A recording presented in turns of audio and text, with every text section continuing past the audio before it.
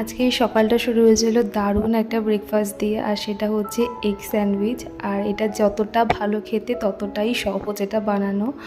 তো আজকে ছিল হচ্ছে আমার মায়ের বার্থডে। তো যেহেতু 17 তারিখ ছিল আর আমাদের নিমন্ত্রণ ছিল, তার জন্য মা বলল কিছু করতে হবে না। আর মার যেহেতু আমার হাতে কেক মার ভীষণ পছন্দ, তো মা বললো আমাকে একটা কেক বানিয়ে দিস তুই। মার কথা মতে একটা সুন্দর করে মাকে কেক বানিয়ে দিয়েছিলাম, আর সেই কেকটাই সন্ধ্যাবেলা কাট করেছিল মা। আর তারপর ও দেখো